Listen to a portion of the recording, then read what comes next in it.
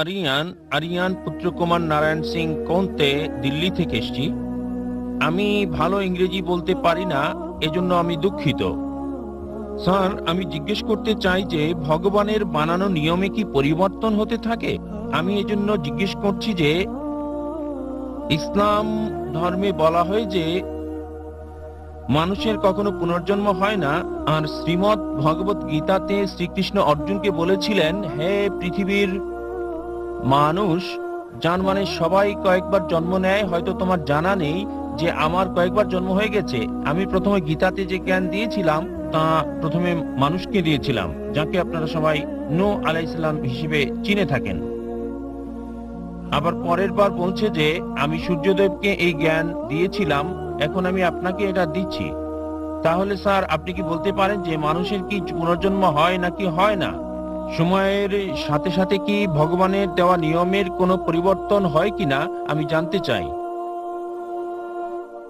ভাই দুটো প্রশ্ন করলেন।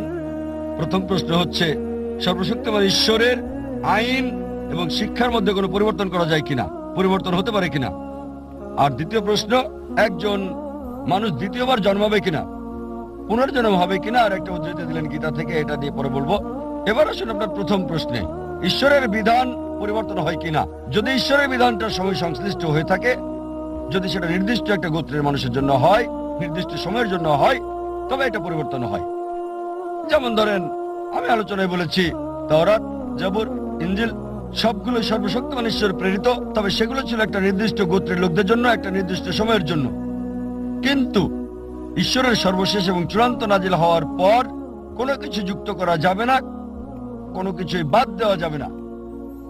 কোরআন হচ্ছে সর্বশক্তিমান আল্লাহর সর্বশেষ এবং চূড়ান্ত বার্তা। আর কোনো ওহী নাজিল হবে না। নবী মুহাম্মদ সাল্লাল্লাহু আলাইহি সাল্লাম হলেন সর্বশেষ এবং চূড়ান্ত নবী, আর কোনো নবীও আসবেন না। আল্লাহ বলেন সূরা আহজাব অধ্যায় 33 আয়াত 40, মা কানা মুহাম্মাদুন আবা আহাদিম মিন রিজালিকুম ওয়ালাকিন রাসূলুল্লাহ ওয়া খাতামুন নবিয়্যিন ওয়া কানা আল্লাহু বিকুল্লি শাইইন আলিমা। যে মুহাম্মদ সাল্লাল্লাহু আলাইহি সাল্লাম কোন পুরুষের পিতা নন, তবে তিনি আল্লাহর রাসূল এবং নবীদের সিলমোহর।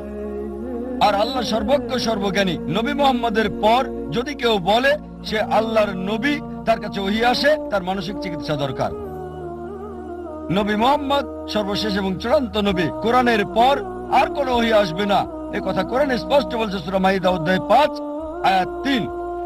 আজ তোমাদের জন্য আমার দিনকে পূর্ণ করলাম এবং জীবন বিধান হিসেবে দিলাম ইসলাম, আর আমার অনুগ্রহ পূর্ণ করলাম। যখন ধর্ম পরিপূর্ণ করা হয়েছে, তখন নতুন কোনো কিছু যুক্ত করা যাবে না, কিছু বাদও দেওয়া যাবে না। আপনার প্রশ্নে হ্যাঁ, পুরাতন ওহী পরিবর্তন হতে পারে, তবে মূল বার্তা প্রথম ওহী থেকে শেষ ওহী পর্যন্ত তাওহীদ সম্পর্কে, আল্লাহর একত্ববাদ সম্পর্কে এক। তাই সব গ্রন্থই যেগুলো কোরআনের আগে এসেছে সেগুলো আসল রূপে আর নেই। মানুষ সেগুলোকে পরিবর্তন করে দিয়েছে, কারণ সেগুলো সর্বকালের জন্য নয় এবং আল্লাহ সেগুলো সংরক্ষণ করার প্রয়োজন মনে করেননি। এবার যদি কোরআনের ব্যাপারে বলেন, আল্লাহ বলেছেন সূরা হিজর অধ্যায় 15 আয়াত 9, আমি কোরআন নাজিল করেছি, আমি এর সংরক্ষণকারী। এই কোরআনকে যদি সমগ্র মানব জাতি পরিবর্তন করার চেষ্টা করে, তারা তা পারবে না। সমগ্র মানব জাতি আর জিন একত্রিত হলেও কোরআনকে পরিবর্তন করতে পারবে না। আর পূর্ববর্তী কিতাবের ব্যাপারে বললে হ্যাঁ, তাহলে তা করতে পারবে, তবে চূড়ান্ত বার্তার ক্ষেত্রে পারবে না। এটা হচ্ছে চূড়ান্ত। এবার আসুন আপনার দ্বিতীয় প্রশ্নে। স্যার, আমার দ্বিতীয় প্রশ্ন ছিল আমার যে মনে আছে আল্লাহর কাছে মনে আছে, আমার যে মনে আছে। তিনজন মানুষ থাকে, তাদের সাথে আমাদের ব্রহ্মা, বিষ্ণু আর মহেশ, এই তিনজনের কাজ আলাদা আলাদা। তার মানে প্রথমে ব্রহ্মা যে প্রাণী যে কাজই করে সে অনুযায়ী তাকে জন্ম মানে আবারও পৃথিবীতে পাঠিয়ে দেয়। দ্বিতীয় কাজটি করে বিষ্ণু। বিষ্ণুজি সবাইকে লালন পালন করে আর তাদের দায়িত্বে থাকে। তৃতীয় যে মহাদেব আছেন, যাকে দেব আদি মহাদেব ডাকা হয়, মানে যাকে শিবশঙ্কর বলা হয়, আর তিনি সবার হিসাব মিলিয়ে দেন। তাহলে কি আপনাদের মানে আল্লাহর কাছে যে তিনজন থাকেন তারাও কি এই একই কাজ করেন? ভাই আপনি ইসমাইল, ইসরাইল। নতুন প্রশ্ন করলেন, সেটা জি। উত্তর দেব। আগে পুরাতনটার উত্তর দিয়ে নি। জি আপনি পুনর্জন্ম সম্পর্কে জিজ্ঞেস করেছেন, জি এখন সেটার উত্তর চান কি চান না? জি চাই। চান, তাহলে পুনর্জন্ম সম্পর্কে প্রথমে কিছু বলি, তারপর ব্রহ্মা, বিষ্ণু, শিবা নিয়ে বলবো ইনশাআল্লাহ। দুটোর উত্তর দেব। ভাই একটা নতুন প্রশ্ন করলেন, আমি বললাম আগে পুরনোটার উত্তর দেব, তারপর আমি নতুন প্রশ্নের উত্তর দেব। দ্বিতীয় প্রশ্নটা ছিল পুনর্জন্মে বিশ্বাস করি কি না দ্বিতীয় জীবনে। এবার পুনর্জন্মের ব্যাপারে বললে ভগবত গীতা থেকে উদ্ধৃতি দিলেন, তবে বেদ হিন্দু ধর্মের সবচেয়ে পবিত্র গ্রন্থ। বেদ হচ্ছে প্রথম, এগুলো হচ্ছে শ্রুতি, তারপরে আসে হচ্ছে স্মৃতি। মহাভারতের অংশ হলো ভগবত গীতা।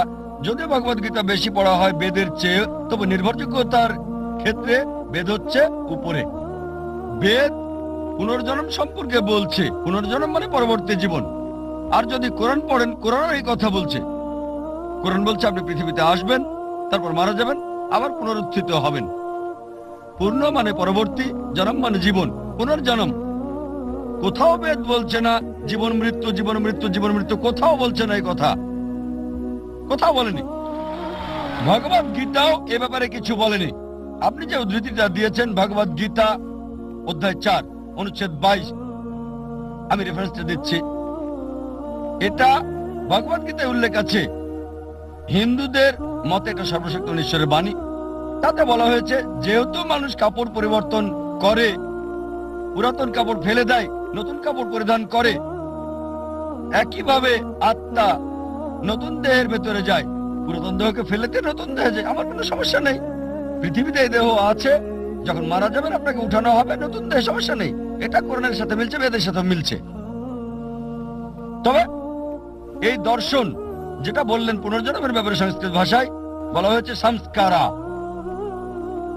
পুনর্জন্মের থিওরি, জীবন মৃত্যুর থিওরি বলা হয় পুনর্জন্ম, ঠিক? এই থিওরিটা দাঁড় করিয়েছেন হিন্দু ধর্মের পণ্ডিতরা, বেদের কোথাও উল্লেখ নেই। কেন? কারণ তারা ব্যাখ্যা দিতে পারতো না। কেন কিছু লোক দেব, কিছু লোক ধনী, কিছু লোকের জন্ম গরিব পরিবারে, কিছু লোকের সুস্বাস্থ্য আছে, কিছু লোকের বংশগত হৃদরোগ আছে, ঈশ্বর এমন অবিচার করছেন কেন? তারা এর কোনো ব্যাখ্যা দিতে পারেনি। তাই তারা একটা দর্শন নিয়ে এলো জীবন মৃত্যুর, কর্ম আর ধর্ম। কর্ম হচ্ছে কাজ, ক্রিয়া, ধর্ম হচ্ছে বিধান। তাহলে ব্যাখ্যা কি কেন ঈশ্বর অবিচার করছেন? কেন একজন মানুষ হৃদরোগ নিয়ে জন্ম নেবে? শেষ জীবনে সে কিছু পাপ করেছিল। এই দর্শন অনুমান হিন্দু ধর্মের পণ্ডিতদের, এটা বেদের নয়। তাই তারা এই দর্শন নিয়ে এলো আর বলল যদি ভালো কাজ করো পরবর্তী জীবনে উঁচু জাতে জন্ম নেবে তোমরা। আর হিন্দু ধর্মের বিশ্বজনীন ভ্রাতৃত্ব হচ্ছে সব জীবন্ত প্রাণী ভাই। তাই হতে পারে কখনো জন্মাবেন তেলাপোকা হয়ে, কখনো বা ইঁদুর হয়ে, কখনো বিড়াল হয়ে, কখনো কুকুর, কখনো মানুষ হিসেবে। মানুষ হচ্ছে সর্বোচ্চ লেভেল। ভালো কাজ করলে উঁচু লেভেলে জন্মাবেন, খারাপ কাজ করলে নিচু জাতে জন্মাবেন। আপনি মানুষ হয়ে জন্মাতে পারবেন 7 বার। কতবার? 7 বার। এটা হিন্দু পণ্ডিতদের দর্শন, যেটাকে বলা হয় সংস্কারা। এখন আপনাকে জিজ্ঞেস করি, এই পৃথিবীতে অপরাধ বাড়ছে না কমছে? অপরাধ বাড়ছে না কমছে? বেড়ে চলেছে, মাশাআল্লাহ, খুব ভালো। পাপ বাড়ছে। মানুষের সংখ্যা আমরা যা জানি, মানুষ বাড়ছে না কমছে? জনসংখ্যা বাড়ছে না কমছে? বাড়ছে, মাশাআল্লাহ। এখন পাপও বাড়ছে, মানুষের সংখ্যাও বাড়ছে। যেহেতু পাপ বাড়ছে, মানুষ তো কমার কথা। তাই বোঝা যাচ্ছে লজিক্যালি এটা ঠিক না। এজন্য আমি পুনর্জন্ম বিশ্বাস করি। পুনর্জন্ম মানে পরবর্তী জীবন, এ ব্যাপারে কোরআনও বলছে। তবে একবার এই পৃথিবীতে আসবেন, একবার। এবার আমরা দ্বিতীয় প্রশ্নে আসি, যে ব্রহ্মা, বিষ্ণু, মহেশ বা শিবা এটা একই। দুটো নাম, মহেশ আর শিবা একই, তবে সবচেয়ে পরিচিত হচ্ছে শিবা, ঠিক? স্রষ্টা, ধ্বংসকারী, রক্ষাকারী, ব্রহ্মা, বিষ্ণু, শিবা। আর আপনি বললেন ঈশ্বরের 3টি রূপ। না, 3টি রূপ না। তার কি কোনো মানুষ আছে? হ্যাঁ, তার অনেক ফেরেশতা আছেন, তবে ঈশ্বর একাই যথেষ্ট। কোনো সাহায্য দরকার হয় না। তবে যদি তিনি চান ফেরেশতা দিয়ে কাজ করাতে পারেন, যদি চান। যদি না চান সমস্যা নেই। তিনি শুধু চাইবেন, তা হবে। কুন ফায়াকুন, হও আর হয়ে যায়। এবারে হিন্দুদের ব্যাপারে বললে, তারা যা বিশ্বাস করে তা কিছুটা ট্রিনিটির মতো, খ্রিস্টানদের মতো হিন্দুরা বিশ্বাস করে যে সর্বশক্তিমান ঈশ্বর, সৃষ্টির জন্য একজন ঈশ্বর ব্রহ্মা, ধ্বংসের জন্য একজন ঈশ্বর শিবা। একজন ঈশ্বর হলেন রক্ষাকারী বিষ্ণু। সুতরাং আলাদা ঈশ্বর সৃষ্টির জন্য, আলাদা ঈশ্বর রক্ষার জন্য, আলাদা ঈশ্বর ধ্বংসের জন্য। কোরআন বলছে সূরা আম্বিয়া অধ্যায় 21 আয়াত 22, এক আল্লাহ ছাড়া যদি একাধিক আল্লাহ থাকতো অবশ্যই তারা ঝগড়া করত।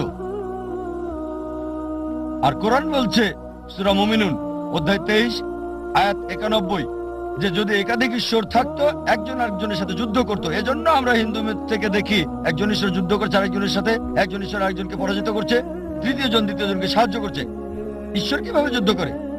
সুতরাং উত্তম হচ্ছে এক ঈশ্বর, সুপার পাওয়ার একটাই। আর বেদ এটাই বলছে। যদি কোনো সাধারণ হিন্দুকে জিজ্ঞেস করেন আপনি কতজন ঈশ্বরে বিশ্বাস করেন, কেউ বলবে 3 জন, কেউ বলবে 100, কেউ বলবে 1000, কেউ বলবে 33 কোটি 330 মিলিয়ন। কিন্তু যদি শিক্ষিত হিন্দুকে জিজ্ঞেস করেন আপনি কতজন ঈশ্বরে বিশ্বাস করেন, সে বলবে একজন হিন্দুর উচিত এক ঈশ্বরে বিশ্বাস করা। কিন্তু সাধারণ হিন্দু বিশ্বাস করে একটা আদর্শে, সেটা প্যান্থেইজম। তার মানে সবকিছু ঈশ্বর। গাছ হলো ঈশ্বর, সূর্য ঈশ্বর, চাঁদ হলো ঈশ্বর, মানুষ হলো ঈশ্বর, আর সাপও ঈশ্বর। আমরা মুসলিমরা বিশ্বাস করি সবকিছু ঈশ্বরের। ঈশ্বর নামের সাথে এর শব্দ যোগ করি। সবকিছু ঈশ্বরের। গাছ ঈশ্বরের, সূর্য ঈশ্বরের, চাঁদ ঈশ্বরের, মানুষ ঈশ্বরের, পাশাপাশি সাপও হলো ঈশ্বরের। তাই প্রধান পার্থক্য হচ্ছে হিন্দু আর মুসলিমদের মধ্যে। হিন্দুরা বলে সবকিছু ঈশ্বর, আর আমরা মুসলিমরা বলি সবকিছু ঈশ্বরের। ঈশ্বর নামের সাথে যুক্ত হচ্ছে এর শব্দটা। পার্থক্যটা হচ্ছে এই শব্দটা। যদি আমরা শুধু এই এর শব্দটার পার্থক্য দূর করতে পারি, হিন্দু আর মুসলিম এক হয়ে যাবে। সেটা কিভাবে হবে? আল্লাহ কোরআনে বলেছেন সূরা ইমরান অধ্যায় 3 আয়াত 64, تعالوا إلى كلمة سواء بيننا وبينكم এসো সেই কথায় যা তোমাদের ও আমাদের মধ্যে এক। প্রথম সাদৃশ্য কি? ألا نعبد إلا الله আল্লাহ ছাড়া কারো ইবাদত করি না, ولا نشرك به شيئا তার সাথে আমরা কাউকে শরীক করি না, ولا يتخذ بعضنا بعضا أربابا من دون الله আর নিজেদের মধ্য থেকে আল্লাহ ছাড়া কাউকে প্রভু হিসেবে মানি না। فإن تولوا যদি তারা মুখ ফিরিয়ে নেয়, فقولوا اشهدوا بأننا مسلمون। বলো সাক্ষী থাকো আমরা মুসলিম, আল্লাহর কাছে নিজের ইচ্ছাকে সমর্পণ করি। কোন ধর্মকে যাচাই করার ভালো উপায় হলো ধর্মের অনুসারীদের না দেখে সেই ধর্মের গ্রন্থগুলোকে দেখা। এখন যদি হিন্দু ধর্মগ্রন্থ দেখি, যদি আমরা পড়ি উপনিষদ, বেদ, উপনিষদ এগুলো সবচেয়ে পবিত্র। ছান্দোক্য উপনিষদে বলা হয়েছে অধ্যায় 6 অনুচ্ছেদ 2 পরিচ্ছেদ 1, একম এভিদিত্যম, ঈশ্বর একজনই, দ্বিতীয় কেউ নেই। এটা সংস্কৃত উদ্ধৃতি। একম এভিদিত্যম, ঈশ্বর কেবল একজন, দ্বিতীয় কেউ নেই। শ্বেতাসূত্র উপনিষদে বলা হয়েছে অধ্যায় 6 অনুচ্ছেদ 9, নাচস্তে খাসিজ জানিতানা জাদিপা, তার কোনো প্রভু নাই, তার কোনো পিতামাতা নাই। সর্বশক্ত ঈশ্বরের কোনো প্রভু নেই, তার কোনো মা নেই, তার কোনো বাবা নেই। শ্বেতাসূত্র উপনিষদে বলা হয়েছে 4 নম্বর অধ্যায় অনুচ্ছেদ 19, নাতস্তে প্রতিমা আস্তি, ঈশ্বরের কোনো প্রতিমা নেই। প্রতিমা মানে প্রতিচ্ছবি, প্রতিমা মানে ফটোগ্রাফ, ভাস্কর্য, মূর্তি, পেন্টিং। সর্বশক্তিমান ঈশ্বরের কোনো ফটোগ্রাফ নেই, কোনো প্রতিমা নেই, কোনো প্রতিমূর্তি নেই, কোনো পেন্টিং নেই, তার কোনো ছবি নেই। হিন্দু গ্রন্থগুলোর মধ্যে সবচেয়ে পবিত্র গ্রন্থ হচ্ছে বেদ, আর যজুর্বেদে আছে অনুচ্ছেদ 32 পরিচ্ছেদ 3, নাতস্তে প্রতিমা আস্তি, সর্বশক্তিমান ঈশ্বরের কোনো প্রতিমূর্তি নেই, কোনো প্রতিচ্ছবি নেই, কোনো প্রতিমা নেই, কোনো ভাস্কর্য নেই, কোনো মূর্তি নেই। যজুর্বেদে বলা হচ্ছে অধ্যায় 40 অনুচ্ছেদ 8, সর্বশক্তিমান ঈশ্বর পবিত্র। যজুর্বেদে বলা হচ্ছে অধ্যায় 40 অনুচ্ছেদ 9, अंधात्म भविष्यन्ति या समुद्र मुपास्ते, তারা অন্ধকারে প্রবেশ করে যারা আসাম্ভূতির উপাসনা করে। আসাম্ভূতি হলো প্রাকৃতিক বস্তু, যেমন আগুন, পানি, বাতাস ইত্যাদি। অনুচ্ছেদ আরো বলছে তারা অন্ধকারে প্রবেশ করে যারা সাম্ভূতির পূজা করে। সাম্ভূতি হচ্ছে তৈরি করা বস্তু, যেমন টেবিল, চেয়ার, মূর্তি ইত্যাদি। কে বলেছে? যজুর্বেদ অধ্যায় 40 অনুচ্ছেদ 9। আর হিন্দু ধর্মের ব্রাহ্মসূত্র হচ্ছে एकम ब्रह्म देवता नास्ते, नैना नास्ते किंचन, भगवान एक ही है, दूसरा नहीं है, नहीं है, नहीं है, जरा भी नहीं है। ঈশ্বর একজনই, দ্বিতীয় কেউ নেই, কেউ নেই, কেউ নেই, কোথাও কেউ নেই। আমি দর্শকদের বলবো এই ছেলের জন্য জোর করতালি দিতে, কারণ আমি মনে করি যখন আমাদের বয়স কম আমরা বেশি নিষ্পাপ, বেশি ন্যায়পরায়ণ, বেশি সত্যবাদী। সে এরই দৃষ্টান্ত দেখালো। প্রশ্নটি খুবই গুরুত্বপূর্ণ, তার দৃষ্টিভঙ্গিও চমৎকার। আলহামদুলিল্লাহ।